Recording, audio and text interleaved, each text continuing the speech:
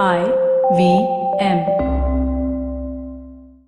We hear that nationalism is on rise in various parts of the world, including India. But what is nationalism really? How did it come about in Europe? And do we really see the same kind of nationalism in India? Is Tamil or Kannada nationalism the same as, say, German nationalism a couple of centuries ago? We also hear about how nationalism is in conflict with liberalism. But could it be in conflict with tradition as well? Dr. Ashwin Kumar joins us on this episode of the Pragati Podcast to unpack nationalism, language, and identity.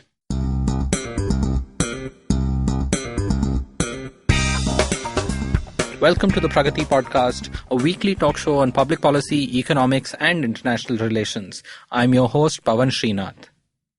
Our guest today is Dr. AP Ashwin Kumar, a senior fellow at the Center for Learning Futures at the University of Ahmedabad. He has a PhD in cultural studies from Manipal University and will soon be publishing a book on nationalism and linguistic identity. We'll start our conversation with Ashwin after a short break. Advertising is dead. Yep, you heard me right. Advertising is dead. We're all in the content business now.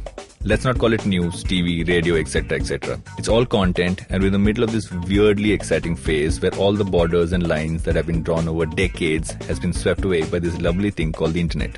We're a show where we don't dwell on just the stuff that is now, but rather the wider stuff about advertising, media, content, and the whole goddamn circus surrounding it. Tune in every Tuesday for our weekly unboxing of the mystery box we used to call advertising. I'm Varun Dugirala, co-founder and content chief at The Glitch, and this is my new podcast, Advertising is Dead. Hi, I'm Pavan Srinath and welcome to the Pragati Podcast. Hi Ashwin, it's a pleasure to have you here. Thank you for coming on the show. Thank you very much. Ashwin, today I want to talk to you about nationalism, language, identity, and other things associated with it. And we are living in a time where at least the discourse is such that nationalism is on the rise, this sort of globalization that we have seen over the last few decades. The domestic political forces in each country are changing, people are looking inward and so on.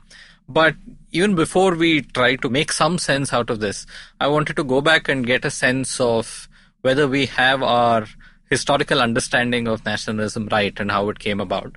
So please tell me how to think about this more deeply. From what I understand, modern nationalism more or less came about in Europe, maybe a couple of 100 years ago, maybe in France, especially in Germany, where sort of language became a rallying call, a locus of identity where, people come together because they are German or because they are French. And then there was this idea that if there is something called the German nation, which all Germans believe it, that they are a part of, then they're best governed by a state that coincides with the nation, right? As opposed to empires of the past where the people could have been whoever. There was one empire and, colonies and satraps and other things inside the empire. So is this idea of European nationalism broadly correct? And is this necessarily universally applicable? Good. I think the general received story of nationalism that you just painted is broadly correct. Is it universally applicable? Most people think yes. But supposing we were to ask a slightly different question. We were to ask, until about the 18th century, the world did not know of ideas of nationalism, linguistic identity, and so on and so forth. Somewhere during the 18th century and thereafter, these ideas came to the fore, and today they have become ordinary reality. Most people think if you're born, you're already born into a nation. You might not have one or the other feature necessary to make you a full human being, but you will definitely have a nationality tagged with your birth. That's the level at which this has become a commonplace idea. So while language was there for a very long time. I mean, written language goes back 4,000 odd years. Spoken language might go back, 15,000 years, some number like that. So, but language was not necessarily something that people sort of gravitated around, or nations were not something that people gravitated around. Yeah, that's the correct way of putting it. Not only language, there may be nationalisms defined on the lines of race, but racial differences have existed for many thousands of years. There may be nationalisms defined around the idea of religion. Religions have existed for a few thousand years. But nationalism is a new entrant. The first question I would ask is, if there's a new entrant, what is this beast? Rather than assume that we know what this beast is, going by its own self-descriptions, and then give a causal story about how did it come to be. In fact, my grouse with a whole lot of nationalism scholarship that I have perused is to say that while they're very, very sensitive to the particularities of nationalist discourses, ideas, and the history of the phenomenon, they seem to have completely overlooked a very obvious fact that nationalism is a historical phenomenon that came about in the 17th, 18th, 19th centuries and not before that. How would you explain this newness? What was it different from? And how do you conceptually get a grasp of it prior to going and giving a causal narrative about how this particular set of things came to be? Here, if I may, one of the things I've heard that made nationalism possible was that, one, you had the Gutenberg press that was invented, and there was also a standardization of language that happened and you had the ability for people who speak or read the same language to access the same information, which was perhaps not true before the 18th or 17th century, right? I mean, like even today, you look at Indian languages where, it's not like a regional state language or so. The dialect spoken by each household is different. You take Tulu, for example, might vary from family to family. There are offshoots of Tamil in Karnataka, which will vary from family to family. So in that sense, maybe language was not a unifying factor because language was not one thing to everyone. So is that a sufficient explanation for how, European nationalism came about? That's one of the explanations offered by theorists of European nationalism. But increasingly, I think the evidence to the contrary is growing. Okay.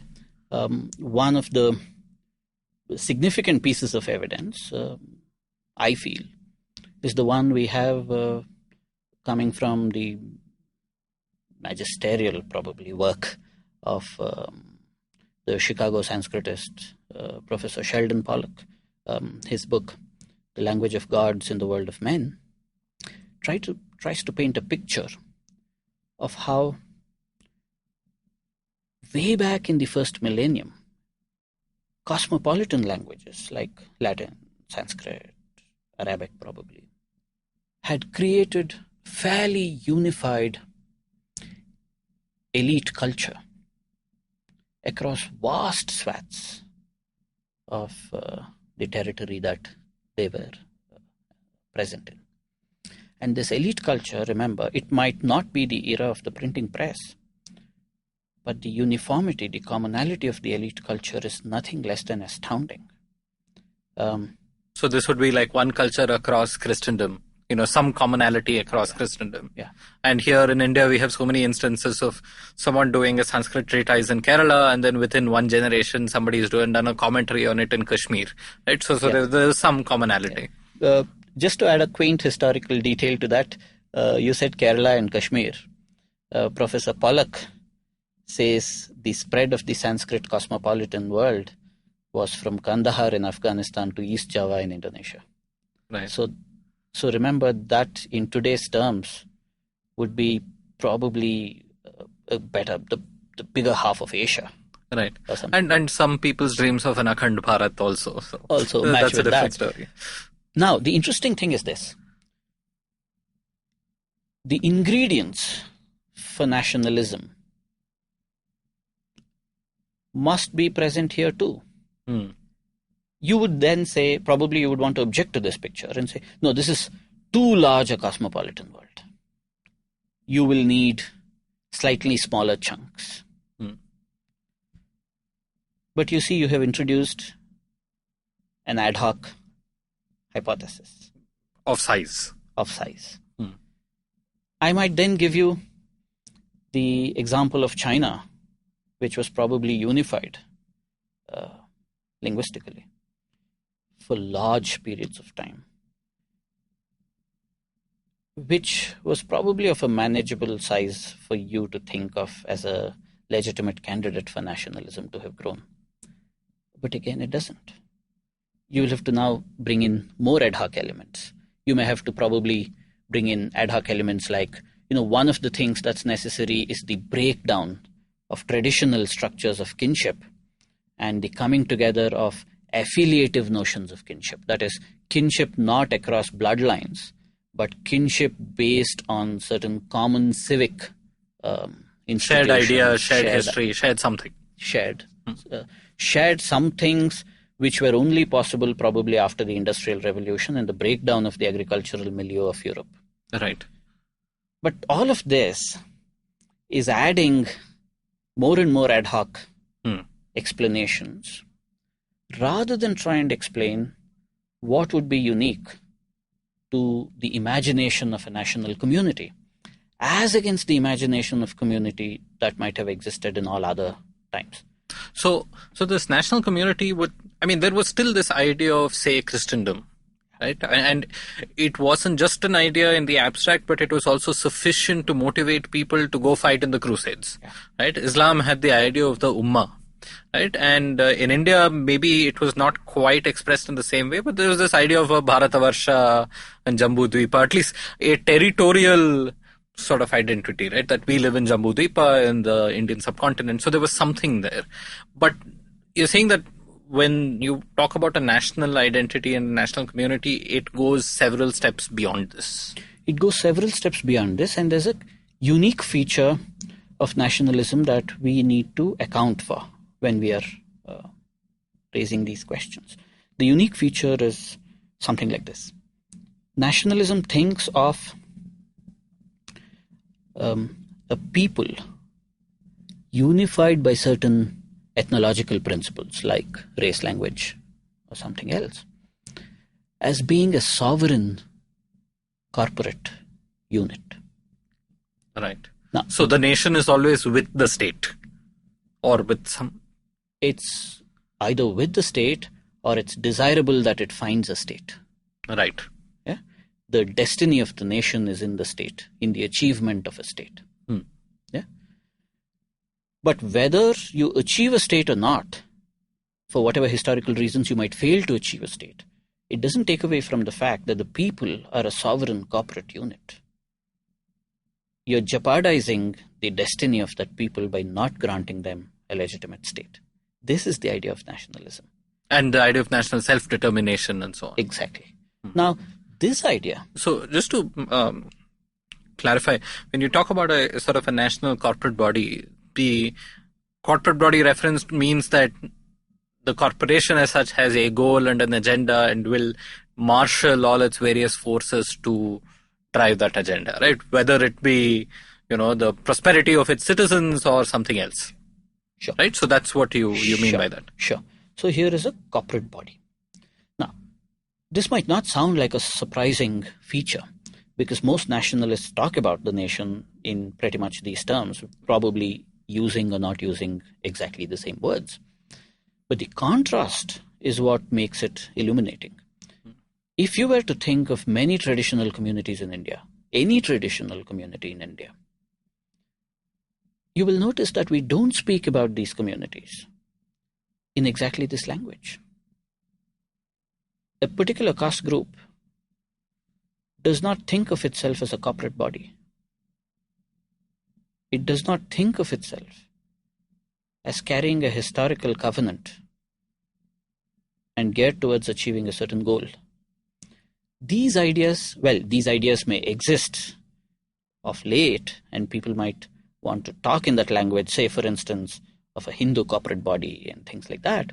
But you will notice that it sits very jarringly with our own traditional ways of going about the world.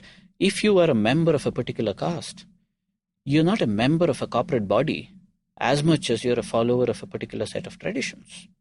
Your relationship to another member of the same caste is not that both of you belong as equal members in a common body, but a relationship of familiarity, where you can rest assured that the common points of reference for your life are quite the same. Now, the demand that we have in our social life is the demand of common practices, common rituals. Rather than calling it a demand, I would say a feature. A feature of our common life is commonality of practices and traditions. But the normative requirement, the normative demand, or the normative expectation of nationalism is that you might be common because you're unified in a common body. Such bodies don't exist. It's just that we have assumed somehow that these bodies exist. It's the idea of nationalism bleeding into various other domains of our thinking. Now, so going back to Europe, did that exist, or did that get created such that people believed such that your national identity was sort of an integral part of the fabric of your social life and how you deal with other people? I think this goes to the heart of the problem. In Europe, it did exist. The moment I say that, the next question would be, where did the root model come from?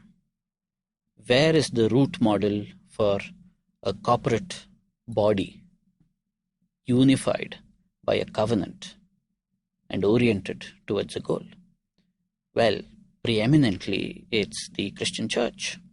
The Christian church thinks of itself as a corporate body unified by a historical covenant and moving towards or oriented towards a common goal. Not for nothing is it one of the longest institutions in human history that's living and thriving even to this day. Right. Now, this idea is not simply a Christian philosophical idea. It is a social reality brought about by the historical forces of which the church was a major player over the last couple of millennia. We may want to spend a little time on how exactly this movement, how exactly this social change happened. So here, if I mean, these are fuzzy words, but so sort of if we can say that Christendom in itself was like maybe a proto-nation of some sort, with the church being sort of a quasi-state which sort of oriented this nation of people towards certain things. Yeah. Okay. Yeah. I think that's a good way of putting it. There's a consequence of this. Or probably even before we go into the consequences, we should be able to say a little bit about the history as to why this actually happens. Right. Professor S.N. Balgangadhara, who has written extensively about this, especially in his book, The Heathen in His Blindness, makes a very convincing case for how ancient Christianity found itself in the Roman world. The Roman world was preeminently a world of traditions. The legitimacy of a tradition is a function of its antiquity. That tradition, which is older, which has been passed on by my forefathers, is the more valuable tradition, is the more valued tradition. Right. The Jews in the Roman Empire could make some such claim to antiquity. The Christians were a new group. Obviously, they couldn't make claims to antiquity. But how would you make a claim to legitimacy in this world if you are not part of an antiquity, or if you don't have an antiquity to fall back on? Right. The Christians made a very unique argument.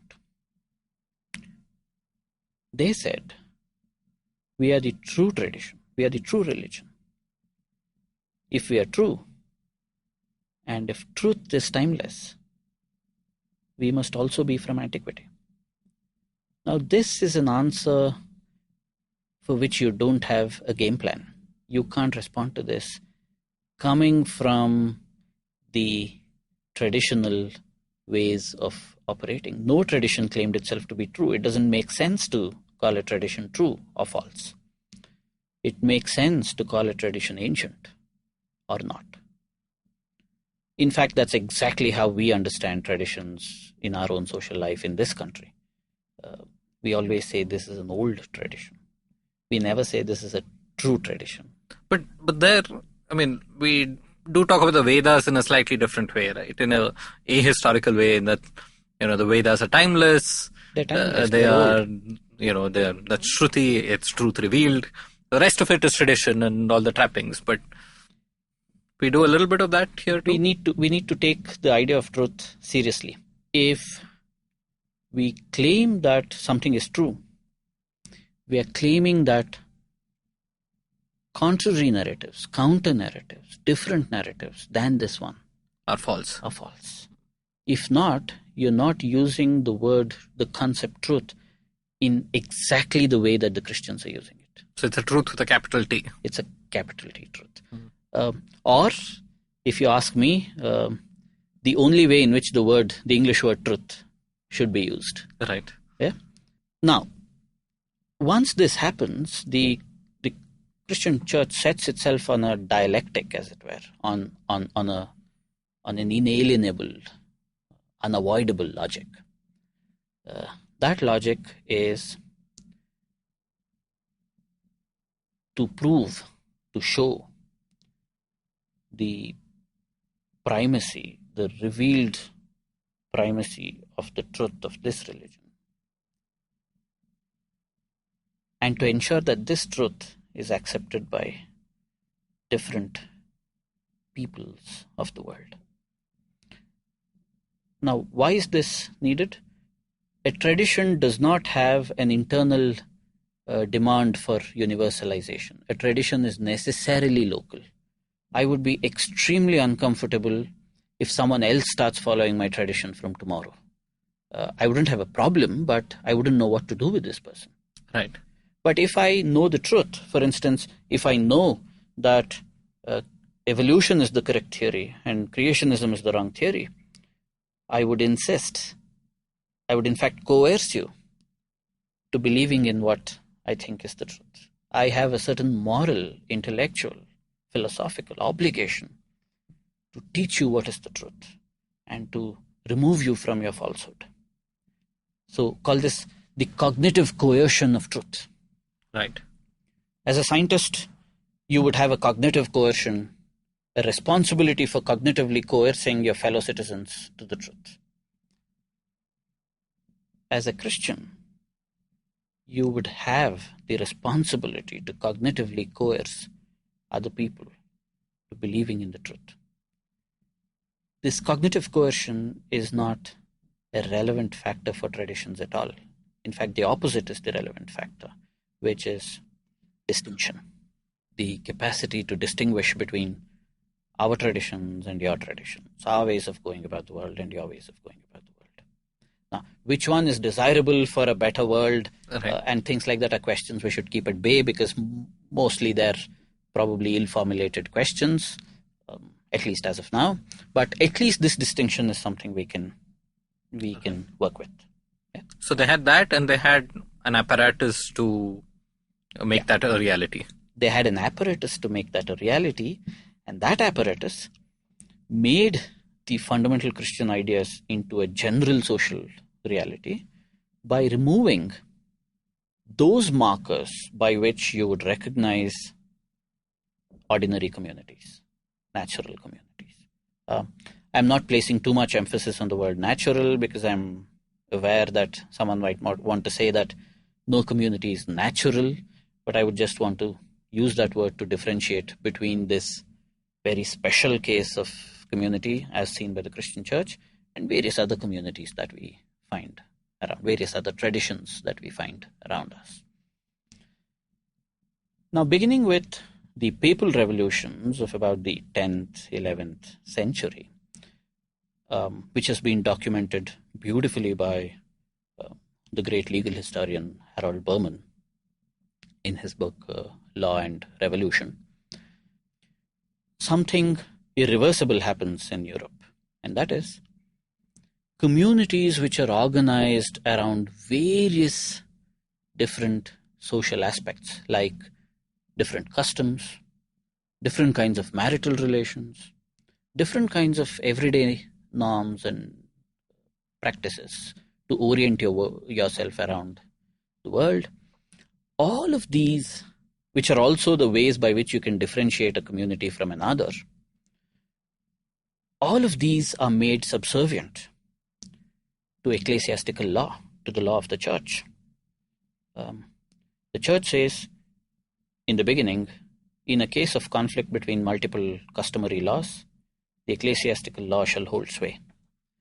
But very soon the church says, the ecclesiastical law shall anyway hold sway if the customary laws are against the reason of God. Now, you might want to give a deep, thick, socio-historical causal analysis for how and why these things happen. That may be necessary, but for our story for now, it's enough to know that such a thing happens. Such that by about the middle of the second millennium, by the beginning or the middle of the Middle Ages, we have a situation in Europe where communities are defined primarily as religious communities, and doctrinal aspects of the church also become the ways by which communities are differentiated, which means the multiple vectors by which communities work, or just to capture that in a pithy statement, the difference between two communities is not the same as the difference between two other communities. Communities are differently different.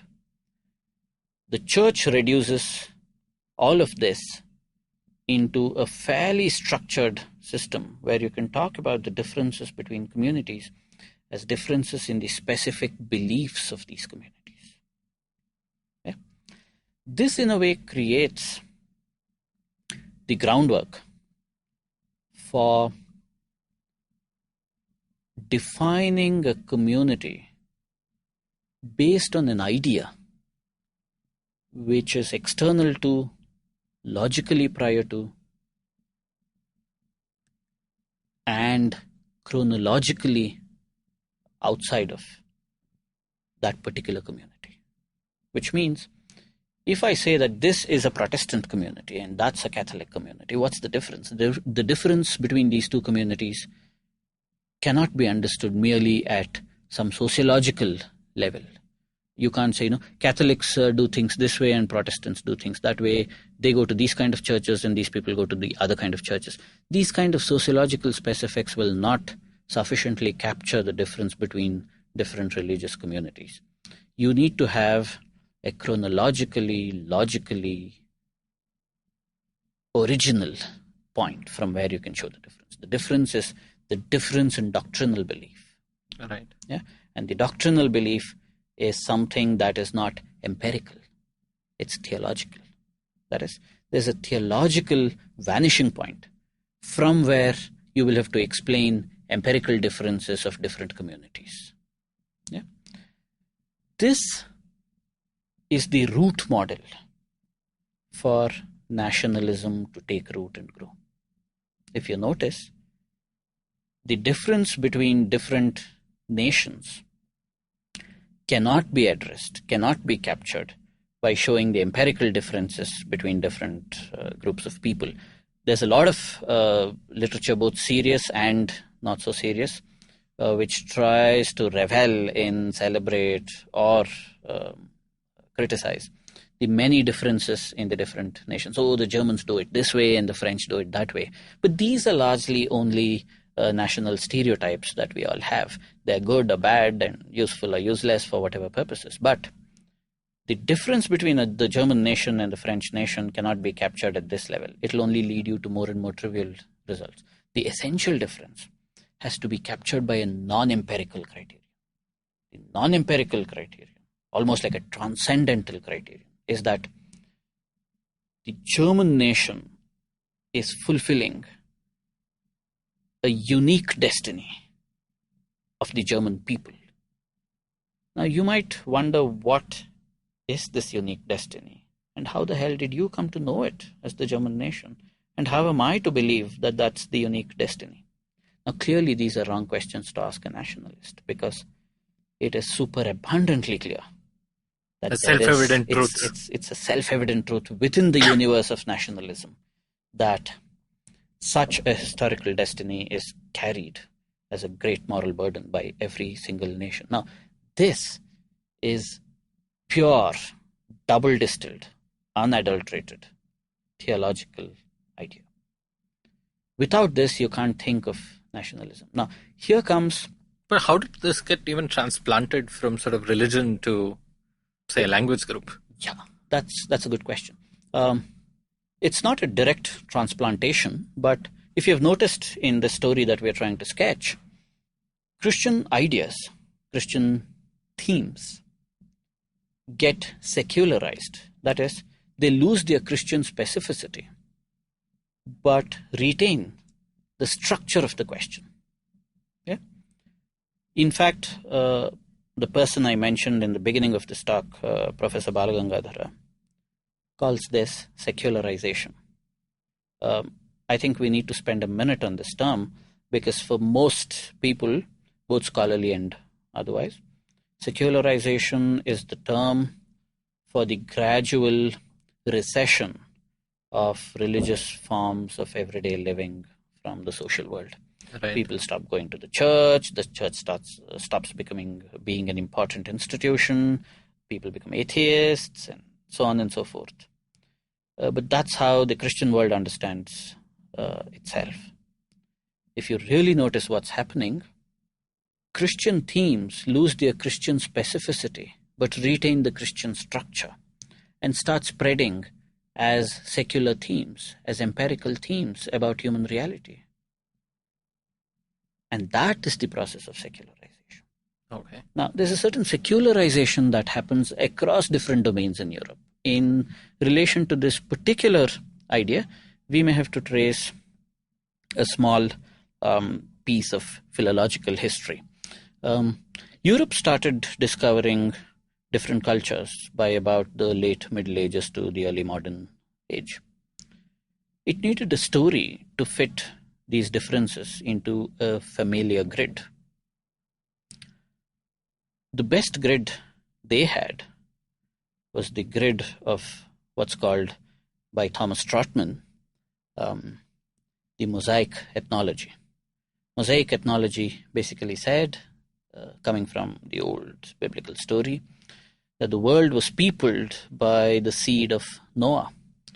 He had all these sons. Each son went away to a different part of the world and begat his nation, his progeny, were the nation that peopled the different parts of the world today. So there was Ham, and there was Japhet, and there was someone else, and the third and the fourth. Now that is what explains the fact that all people, that's what explains the fact that all people have religion, but they have different religions. That's also what explains the fact that some people, only some people, have the true religion, and many others have its false variants. Well, for a Christian idea.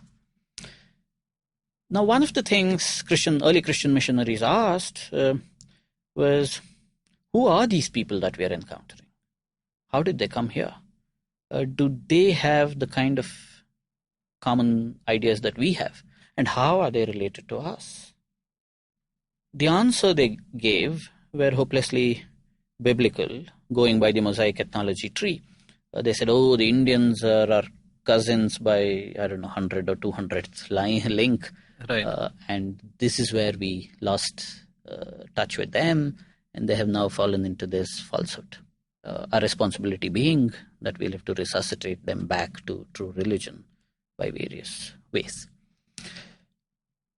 By about the 18th century, this unabashedly mosaic ethnological tree started getting questioned, because this was also the time when newer, supposedly scientific, secular variants of the story started getting circulated. One of those stories was that there's no way you can go about peddling biblical stories all over the world. You need a scientific way of understanding racial, cultural differences. One of the ways by which we can understand where are these people from and who are these people, that is, are these a nation? Where is this nation from? What historical destiny are they carrying? Is to use not the mosaic ethnology, but a philological ethnology. That is, to see not the links of religion, but the links of languages. Right. This is one way they thought, European scholars thought, you could rebuild an ethnological tree. So you go back to Proto-Indo-European and then split off to all the European languages, the Indian languages, and so on. Yeah. So in a sense, you're saying that there is a link between, say, the rise of German nationalism and the likes of Max Muller and others coming to India to study Indian language, and then find that there are lots of similarities and so on. Yeah. So sort of interest in language also sort of exploded around that time? Around that time. The preparation for that was already there, beginning from the Protestant Revolution, where Luther had said, the text, the word of the God, is where the truth is. So we should be focusing on the word and not on the institution of the church. Now translate that into the language that we are trying to speak here. The Protestant Revolution basically brings religion, Christian religion, or it boils down Christian religion to a set of ideas that can be expressed in words, in particular languages.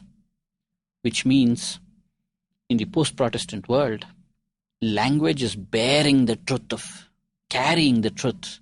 of religion. Prior to that, the Christian church as an institution did that. Right. Yeah. With secretive languages and so on. Like Latin was not accessible to everyone. Latin was not accessible to anyone, and therefore also the obverse of it would be to say that was not an important way by which the religious community was defined. The religious community was defined through church rituals, the institutional hierarchy of the church, and so on and so forth. Yeah. What's not accessible is not socially relevant. Right. In a way of speaking. Now, the Protestant idea has already created this deeper engagement with language. That is also the time when the German Romanticists start exploring language as this thing with great historical density. It is not simply a medium of communication or a system of rules, but it is something which is a historical object to be studied in time, because different languages, that is, give you a picture of the history of mankind.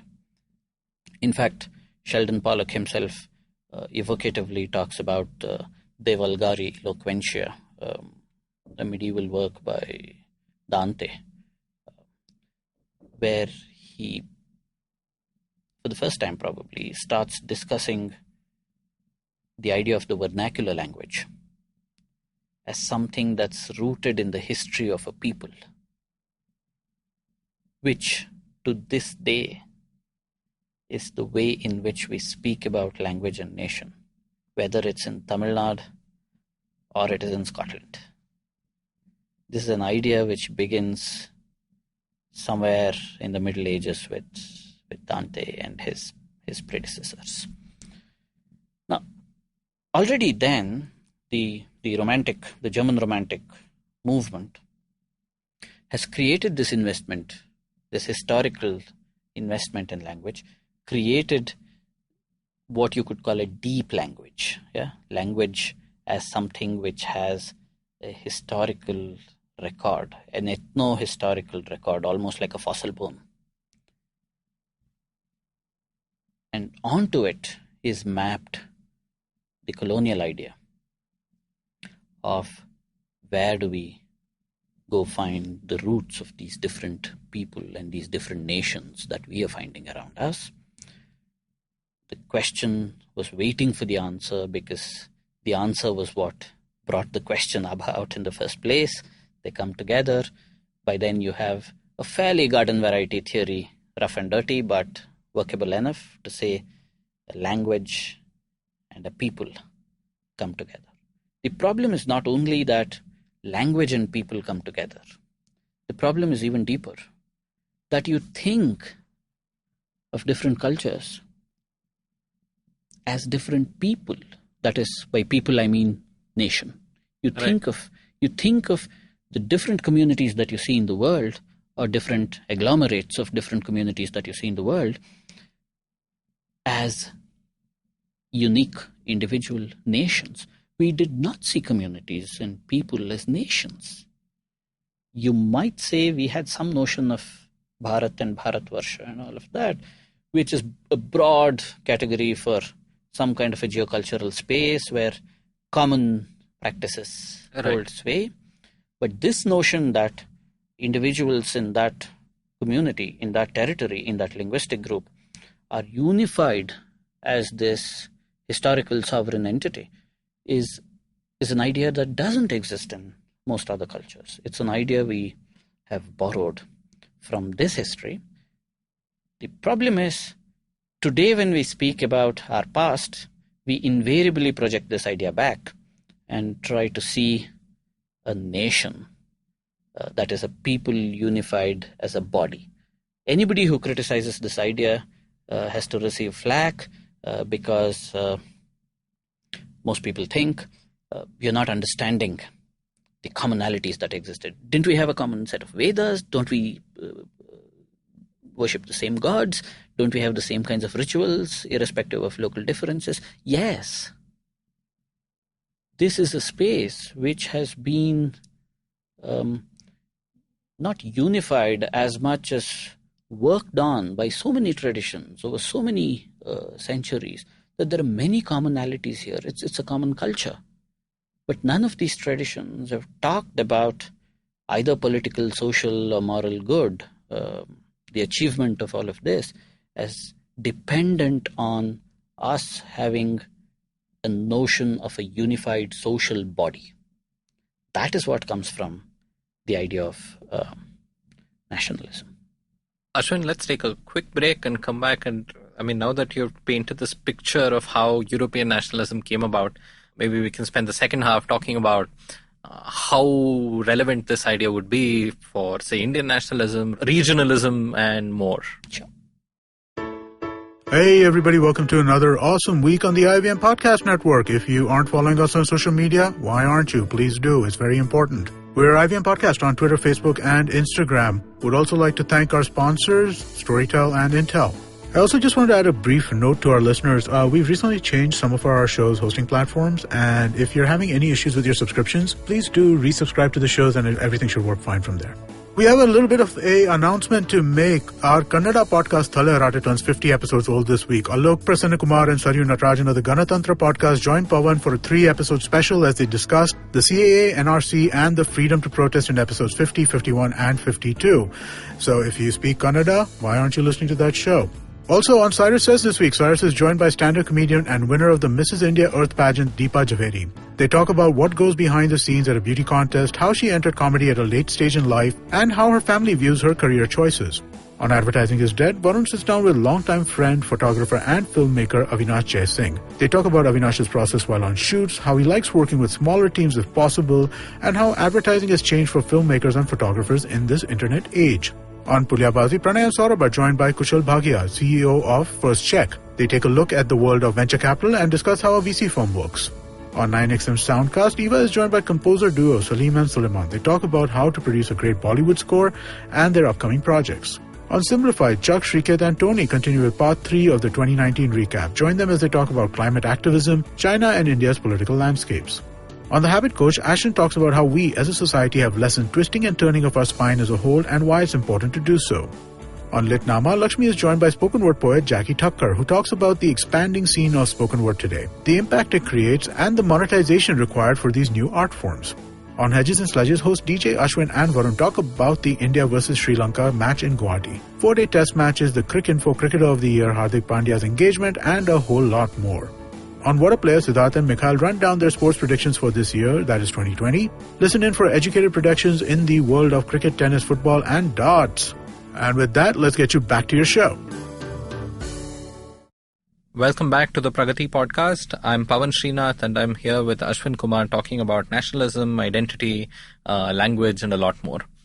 So in the first half, we mostly spoke about how we contextualized European nationalism and how it came about, and how the church as a corporate entity had an important role to play, and sort of language becoming a locus of nationalism because of a variety of factors.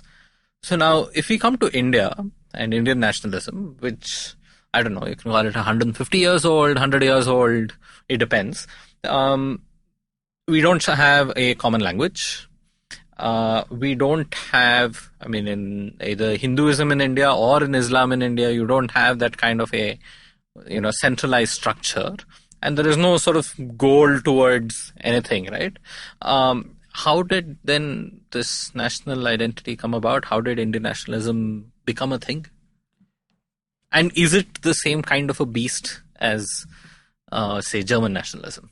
How did Indian nationalism become a thing is probably the best way of asking that question.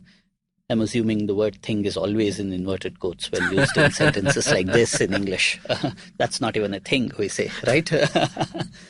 Now, here is where there is a huge contradiction, I would say, or even some kind of a confusion, if not a contradiction, in a whole lot of scholarship on nationalism in India. At one level, we want to say that nationalism is an artificial construct. Books have been written saying nation without nationalism for Europe, and there have been books written for India saying nationalism without a nation. People like G. Aloysius and various other scholars have talked about this. Now, on the one hand, we seem to say that the idea of a nation does not track any empirical reality in India, which means we would want to say as an implication that nationalism is actually a way of talking. A way of talking which does not track things on the ground. This is not me saying it. This is the general consensus of scholarship. On the other hand, when we discuss nationalism, we seem to forget this scruple and start talking like there is nationalism in India. Now, I would say, if you have raised such a fundamental question about the status of an entity, whether or not there is a nation in India, and if such a nation probably does not exist, what kind of a thing is nationalism, then you may have to spend some time figuring out exactly what you called the nature of the beast. If you don't mind me slipping in a technical term that philosophers love to use, what's the ontology of the subject? Yeah? I don't like those terms, but nature of the beast is easier. Yeah. I would always love to ask what's the nature of the beast. Here is what I think is the nature of the beast. When we talk about nationalism, what are we talking about? We are talking about a particular way of representing our past, our communities, and the relationship of our communities with our past and the relationship of communities with other communities. So nationalism is a variety of talk. Again, if the word talk doesn't sound grand enough, this is what the scholars say: nationalism is a discourse. Right. Again, we'll stick to the word talk. What kind of a talk is nationalism? Already we have agreed that, or we have suggested that it is not a talk which describes the social reality of this country. It is a talk which reflects the social aspirations, projections, projects of the nationalist colonial elite of this country. A project they have inherited from colonialism itself. The project is to discover the unique communal strength, common strength of the Indian nation, if at all it exists. And the project is to discover its unique historical destiny. Put this way, to today's ears at least, this project seems idiosyncratic. Why would you talk about the unique historical destiny of the Indian nation? We are okay talking about national development goals and GDP and things like that. But if I were to say the unique historical destiny of this nation, then you would say, oh, this is gobbledygook. But then that might have been gobbledygook even in Europe at some point, right? But it had the church history, and then somebody constructed it. Exactly. So is it that it's not been constructed sufficiently in India? Or is that just the basement doesn't exist, so it's very, very hard to do so? It's gobbledygook wherever it is. But in Europe, I could show you how this comes into being. In contrast, the claim is, if those conditions don't exist, this idea doesn't make sense. So in a way, we are just saying, you remove nationalism from the picture. Just look at the difference between a religious culture like Europe, which is secularizing, and a traditional culture like India. You will see that these are different cultures. Nationalism is what complicates this simple picture by creating some equation between these two cultures. There is a nation and here is a nation, and so on and so forth. So let me go back. I know that he's not necessarily the most scholarly of people, but Yuval Noah Harari has written some very popular books recently. And one of the ways in which he looks at this idea of nation is about cooperation, right? About you need to invent certain stories and myths in order to get people to cooperate at larger and larger scales. And so if we both believe that we are Indian and therefore on the same team and pursuing it, so you can get us to cooperate much better and do something. So to that extent, do you think the early Indian nationalists were able to create enough of an idea of India for at least the elite or for a certain set of people, such that we could think of forming a state and think of governing ourselves, even if those are colonially inherited, enough to sort of continue to do that, right? I mean, the wonderful thing about India is that though we've had separatism in a few places, we've still by and large stayed together for a significant duration of time, at a time when a lot of the post-colonial world has been in turmoil, right? I mean, Yugoslavia was considered a nation at one point, and these stories of how they couldn't imagine the Indian state surviving for more than 20 years, but Yugoslavia doesn't exist today. India is thriving. So do you think something was constructed sufficiently such that the Indian nation state could sort of perform? So here is the issue. If you were to think of this purely as a strategy, you have a large geographical entity and one government. You need to create some sense of stakes and belonging in people such that you can run this government without people going at each other's throats. And you create a fiction, a story, where all of us agree that this story is good and this story is true, and therefore we are running with the Indian nation. I'm fine with it.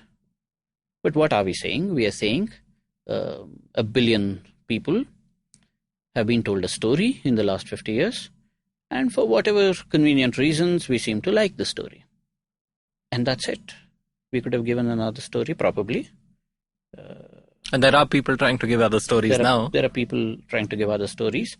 That story might win over someday, or may not.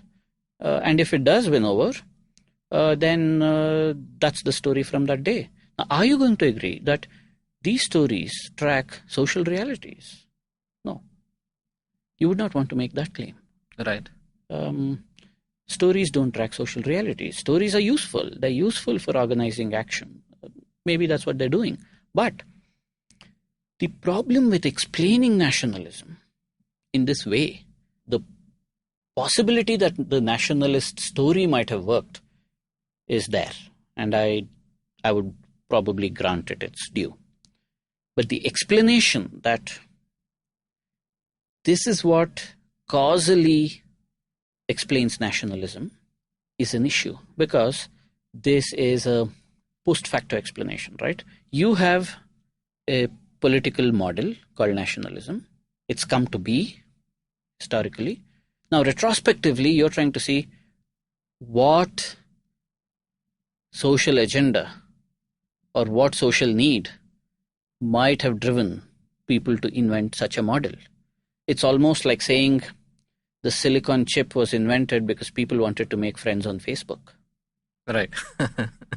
Right? Fair enough. There's something wrong in the direction of causality in such arguments, which in fact becomes far worse when you look at some other so-called scientific studies of nationalism, which tries to pin it down all the way down to your neurology. There is something, it seems, in your neurological structure which makes you get affiliated into other innate tribalism of some sort. Huh. Yeah. This is historically very lazy.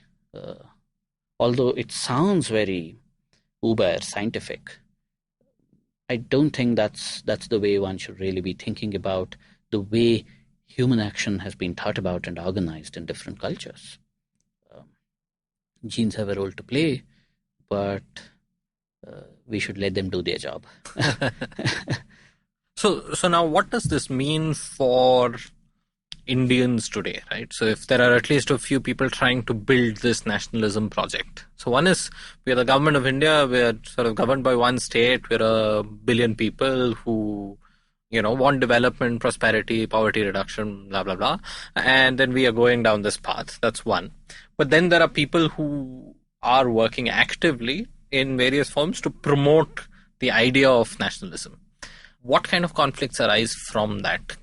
Can that strengthen this alignment of everyone towards these common goals that I just mentioned, or does it create conflict? I think nationalism is necessarily conflicting. It's not by happenstance that nationalism is very belligerent. There's a reason for why it has to be belligerent, because it mobilizes social forces for a particular historical agenda. We'll look at that in a minute. But before that, let's just lay down, for today's context, if you're an Indian, for instance, what are the two inheritances that have shaped you? You have a modern inheritance of a constitutional democracy, scientific pursuits, and so on and so forth. On the other hand, you also have another inheritance coming from your family and your traditions, your ritual traditions, and so on and so forth. These are the two different important sources of a meaningful life in today's world. It's reasonable to expect that we should be protecting both of these. On the one hand, the modern political scientific project, best captured in liberal democracy and science, and the other are traditional sources of knowledge. Nationalism claims that it champions both. The historical record of nationalism shows that it's injurious precisely to these two projects, which are very important projects of the contemporary world. How does it do it? Well, it makes scientific knowledge a handmaiden of some kind of nationalist goals. Okay. Could you give an example, maybe? The worst example is using your military not for self-defense, but for national assertion. The most complicated example is using the rhetoric of scientific research not for developing a culture of scientific research and perpetuating it, but for a peculiar nationalistic self-determination in the international arena. That's on the one hand. The case of traditions is even more complex. Most traditions are now justified, even sometimes by the practitioners of those traditions, not in terms of alternative pursuits of the good, but as conduits to realizing a national unity or a national destiny. So you're supposed to be practicing certain rituals, learning the Vedas probably, learning Sanskrit, not because here are alternative pursuits of the good, but because these are essentially national patrimonies. You should be proud of them and you should be following them. And this goes back to even the early attempts at nation building in India, right? I mean, Tilak starting this idea of Ganesh Chaturthi being this grand procession that sort of goes through the street, that wasn't necessarily a big part of tradition, right? I mean, chariot festivals were always a thing, but Ganesh Chaturthi was almost an invented festival to get to mobilize large numbers of people towards something. So again, you're not doing Ganesh Chaturthi because you're worshipping Ganesha and thinking that that's a good way to live life, but it's because you want to be a part of the same nation and something else. Yeah. So look at what's happened to our traditions. A tradition is no more an alternative path to pursue. It is only a patrimony to protect. Now, imagine if that happens to physics. It's no more an intellectual path of pursuit, but a patrimony to protect against everybody who hates physics for whatever reasons. Now, it's quite not the physics that you and I would want to have, right? Or we would not want to live in a world of that kind. I was the other day very intrigued by a piece of news from Karnataka where the government claimed that from now on it's going to celebrate Shankara Jayanti, birthday of the philosopher Shankaracharya. Many people I know who are also devotees, followers of the Shankara tradition, were very happy and felt someone had listened to their voice. They were jubilant because finally they and their community have a say in the public culture of this state. I was quite taken aback because I don't know quite what this means, because imagine in most traditional families, a figure like Shankaracharya would be considered an avatar of Lord Shiva in his form as Dakshinamurti. The same kind of rituals that you perform to Dakshinamurti is also performed to Shankara. There are certain Vedantic ideas that you pick up, you learn, you study. But in this new avatar, I suspect, someone's going to stand on a podium next to a bus stand in a district headquarters town and give a speech organized by the district administration of the government and say how Shankaracharya is the person responsible for keeping this country united against many centrifugal forces. He was the person who brought in scientific rationality and hard logic into this country. And he's the custodian of our traditions and why we should all be following in his footsteps. Oh boy, this is not the Shankaracharya that is being followed devoutly in many of our homes. This is going to distort our access to our traditions. This is going to make Shankaracharya some kind of a Napoleon Bonaparte or even Bismarck. Yeah? I'm not sure at the end of that process, the Shankara who is being followed as a guru in the Vedantic traditions of this country, I don't think this Shankara will survive the mobilized, state-sponsored Shankara. So the nationalized Shankara will not be the same as the traditional Shankara, almost. Yes, I would want to actually make it more prophetic. If the nationalized Shankara will come to be, then the traditional Shankara will not be. That's exactly what's happened with most of our traditions, if you look at it. They have not been ruined by someone attacking it from the outside, but simply by them becoming intellectually mute. You don't know how to access. In fact, a couple of my friends, Duncan Jalki and various others, have tried to develop this argument about the Vachana movement in Karnataka. Now, if you notice today,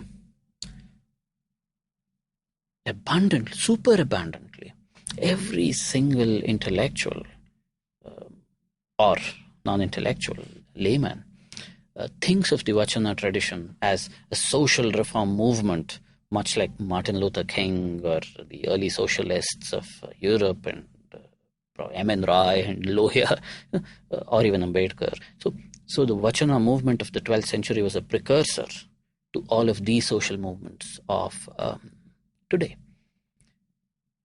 And so they see social criticism, social revolution, social regeneration as the goal of those traditions. They completely distort the nature of those traditions. They were Adhyatmic traditions, primarily.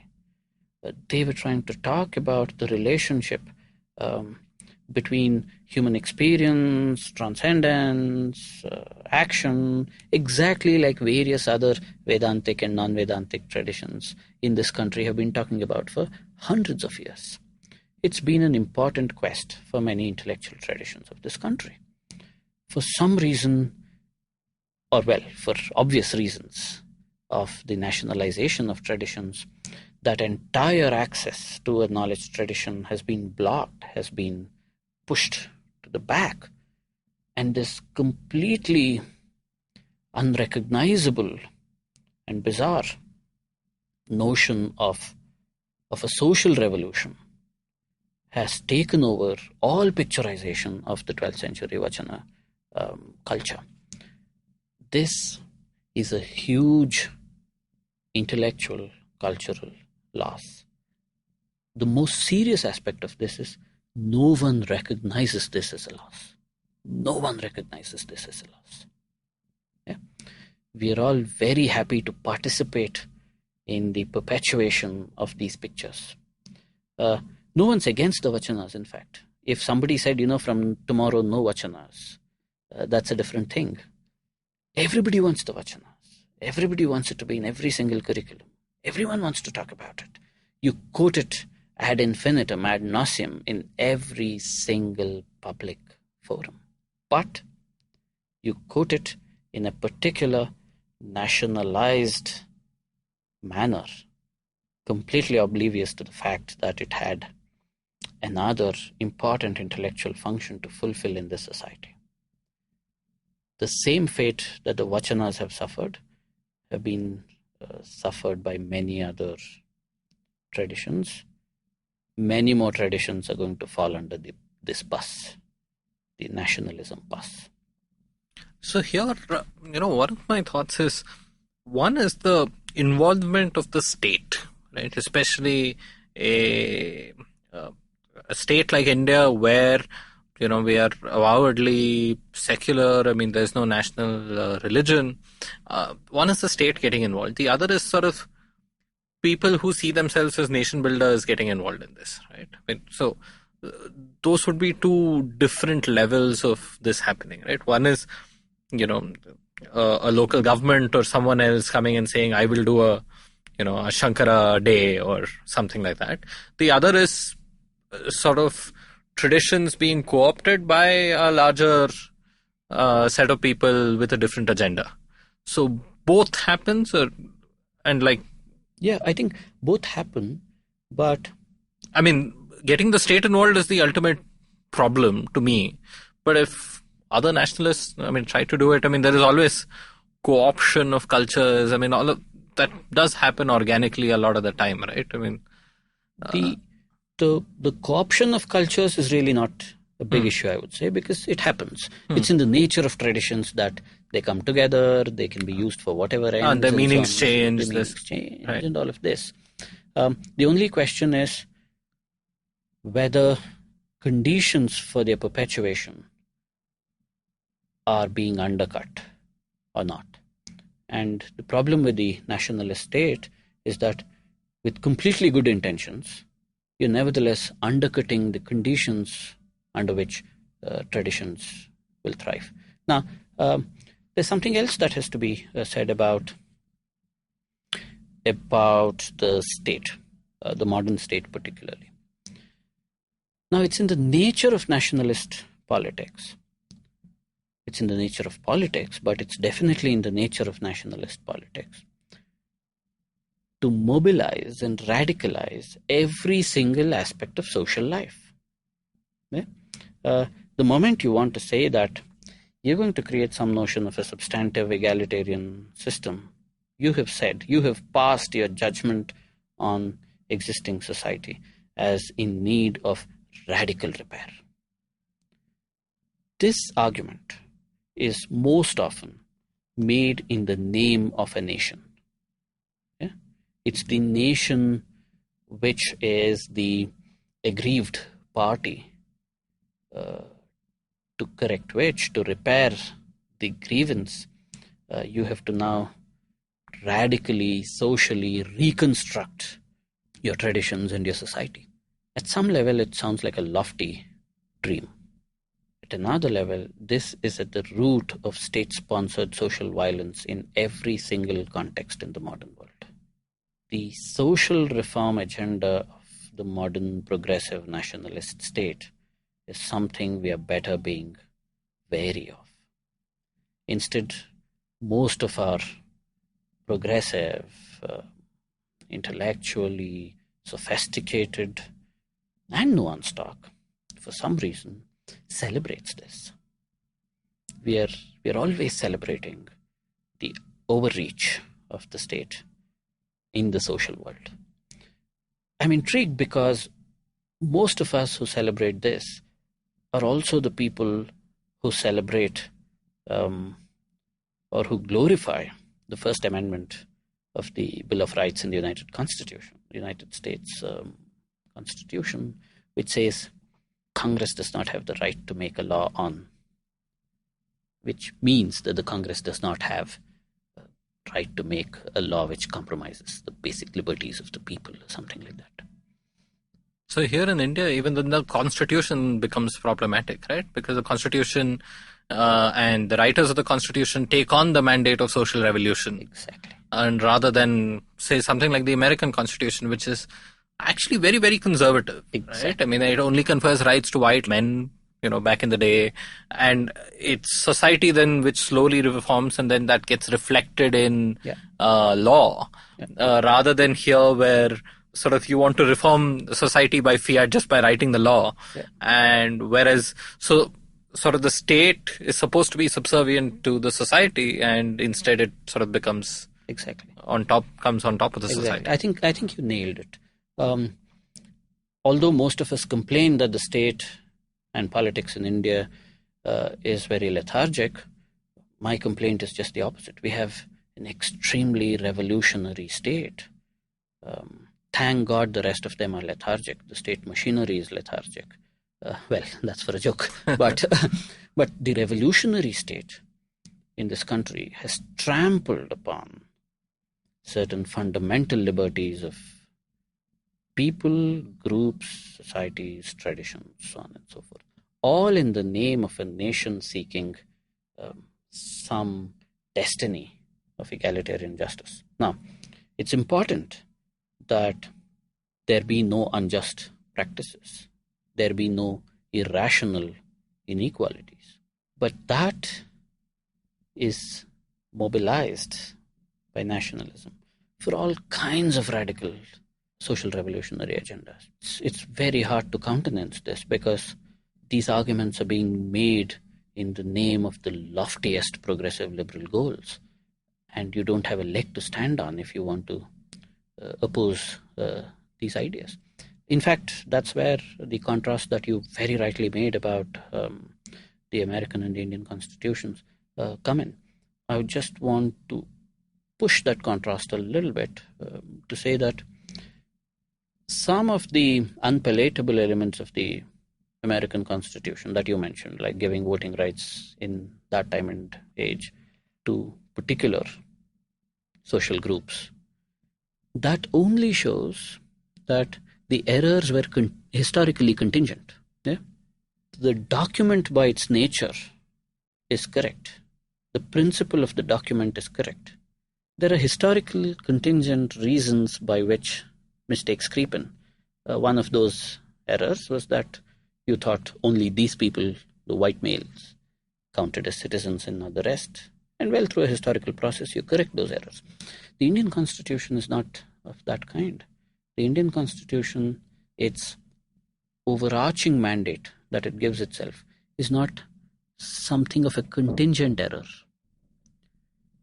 It is built into the basic structure of this document itself, which means there is a mandate, a legitimate mandate for the state and politics in the name of state power to relentlessly revolutionize social relations.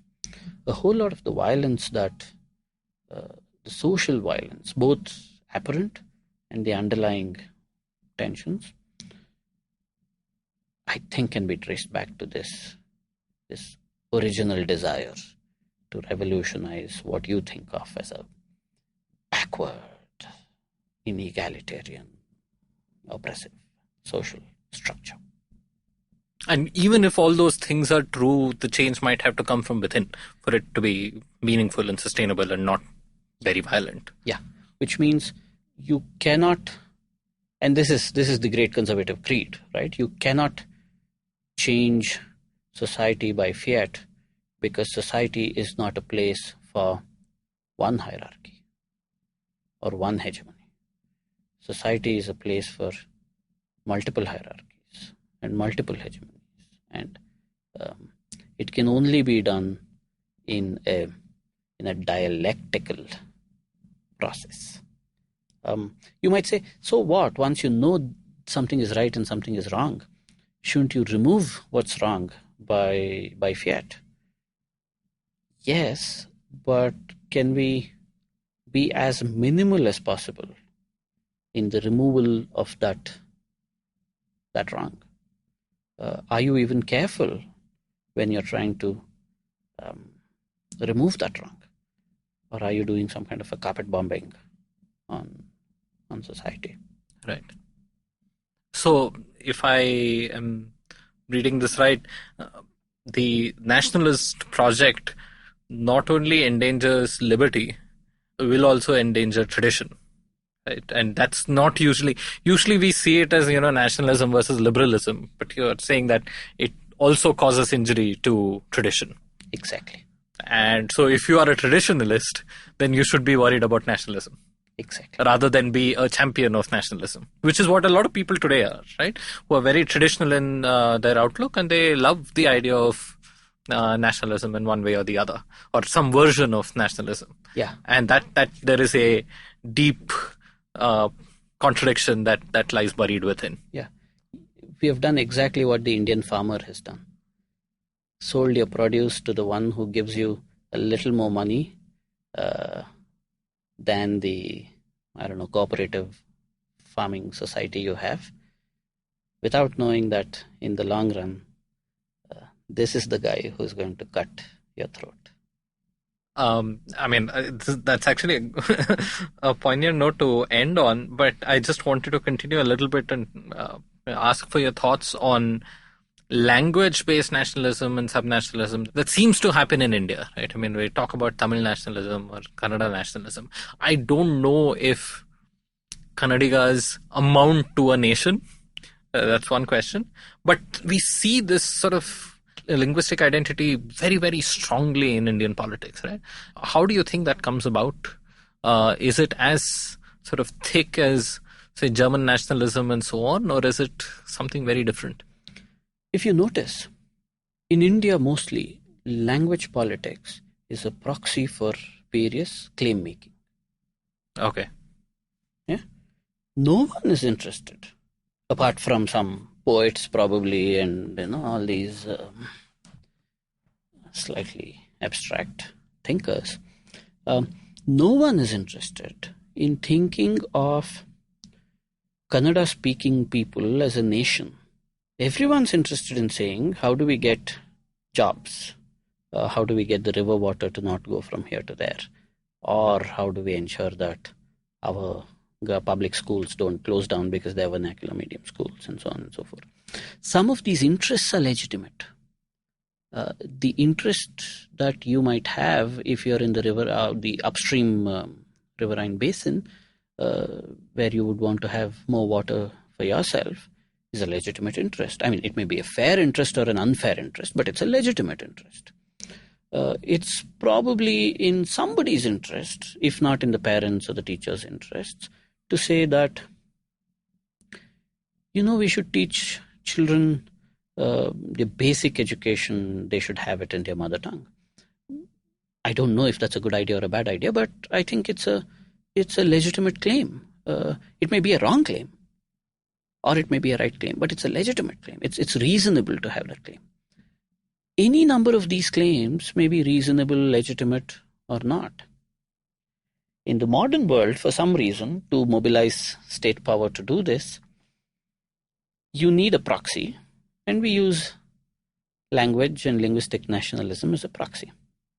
In fact, someone was recently telling me about a book, I forget the title, where the author argues that the difference in the developmental indices for South Indian states and North Indian states can be explained as a function of the presence or absence of linguistic identity movements.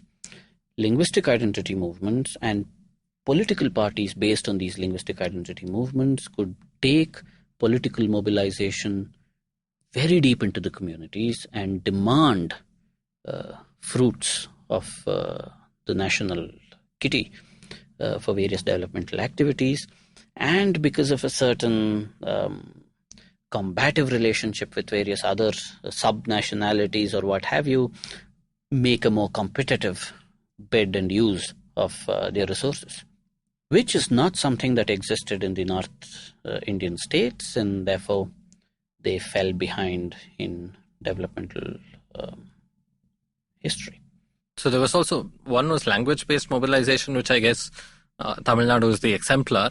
The other is also perhaps large caste group-based mobilization, which is also reasonably successful in the southern Indian states, right? The Vakaligas and Veerashaivas and others working towards sort of group rights. So this is not about a nation at all. This is about people batting for group rights in sort of a larger slice of the pie, perhaps. And it's just sort of group politics and identity politics rather than something that gets elevated to the level of nationalism. Is that fair? Yeah. So at the end of the day, that's what you can say, right? You can say nationalism, or what we are calling group rights, linguistic nationalism.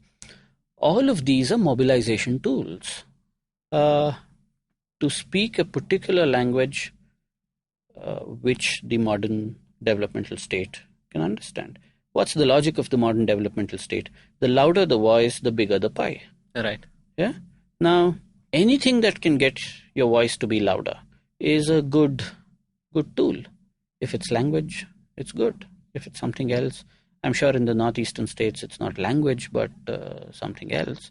In Kashmir it might be some third thing, and somewhere else it might be a fourth thing. A coherent, loud voice. But a coherent, loud voice does not explain social realities of the country. And this is the distinction we need to maintain. That is, nationalism, both in its linguistic variety and various other varieties, is a preeminent case of deployment. By deployment, we mean a way by which you can use an idea to make a bargain.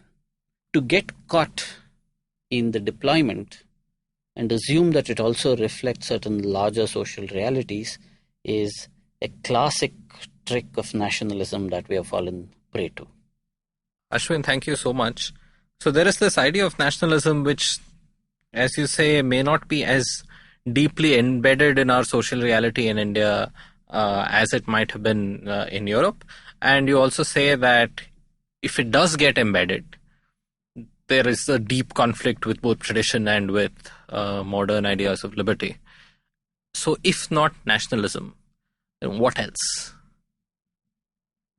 And this is about nationalism being a vehicle for a nation state to achieve prosperity or a manifest destiny, whatever, right? So if not nationalism, then what else can bring people together and get us places? There are a couple of things we need to look at. Purely as a political question, we should be working more towards strengthening liberal democratic institutions such that, as we talked about previously, the basic liberties of people, groups of people, and various constituencies are protected. I think the economic question is fairly simple. The more mature an economic system, we have a greater unification of economic forces, economic direction. Nationalism, I'm sure, rides piggyback on economic success and then claims that it was the driver of that success. I don't think that's what's happened anywhere in the world. It's the equilibrium of an economic system. If you can raise the equilibrium of an economic system, which happens due to correct policies and so on and so forth. I'm not an expert on this, but I can just give you a very broad picture at this level. I'm yet to see an instance where the ideology of nationalism might have necessarily resulted in better economics. There might be a case where you might have used some nationalist rhetoric to push a particular policy or not, but a policy is good or bad based on what it does. Right. And not because it is nationalist or not. And then when it comes to the third vortex of our received traditions, it's important to start speaking in an analytical language about our traditions rather than do this talk of the national patrimony.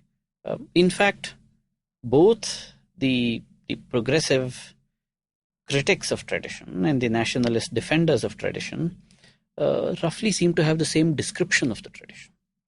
It's just that they give a moral spin which is negative and someone else gives a moral spin which is positive.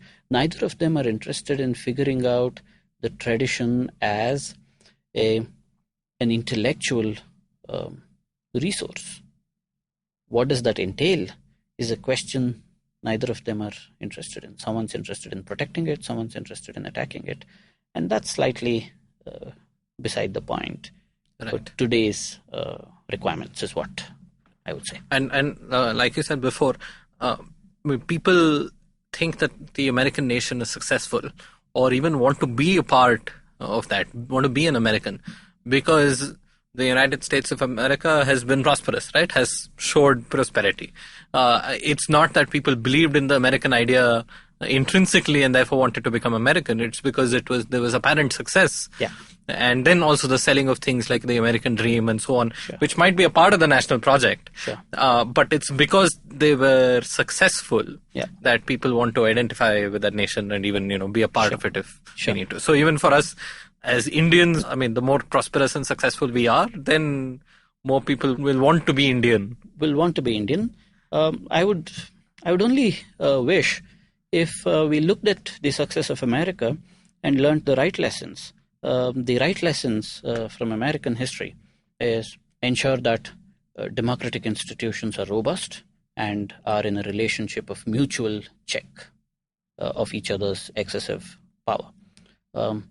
Do not suppress the creative energies of both communities, individuals, and the market. And do not trample on various kinds of liberties the people enjoy and the various kinds of customs that have built societies. This is what America is in its best version. Right.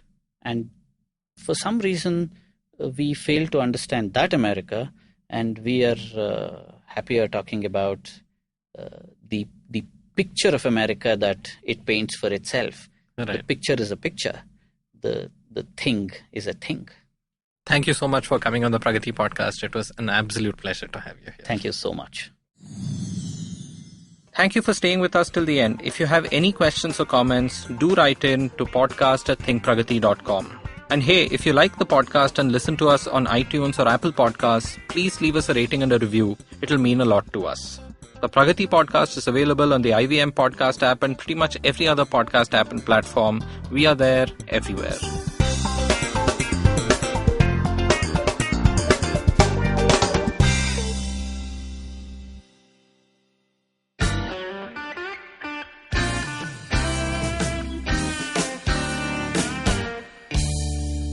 Filter coffee is a fascinating beverage. You need to pick the right beans, blend them in the right proportion, roast them to perfection, and slow brew at the right temperature to get the perfect cup. Which is exactly like great conversations as well. You need to track down the most interesting minds, get them into their zone, and settle down for an unhurried, unscripted chat. And coffee for me is always, always, always best enjoyed with friends. I'm Karthik Nagarajan, and do share my table as I meet some of the most interesting people I know and sit them down for a strong cup of coffee and an even stronger conversation. Join me every Wednesday for a freshly brewed episode. This is not frappe. This is the Filter Coffee Podcast.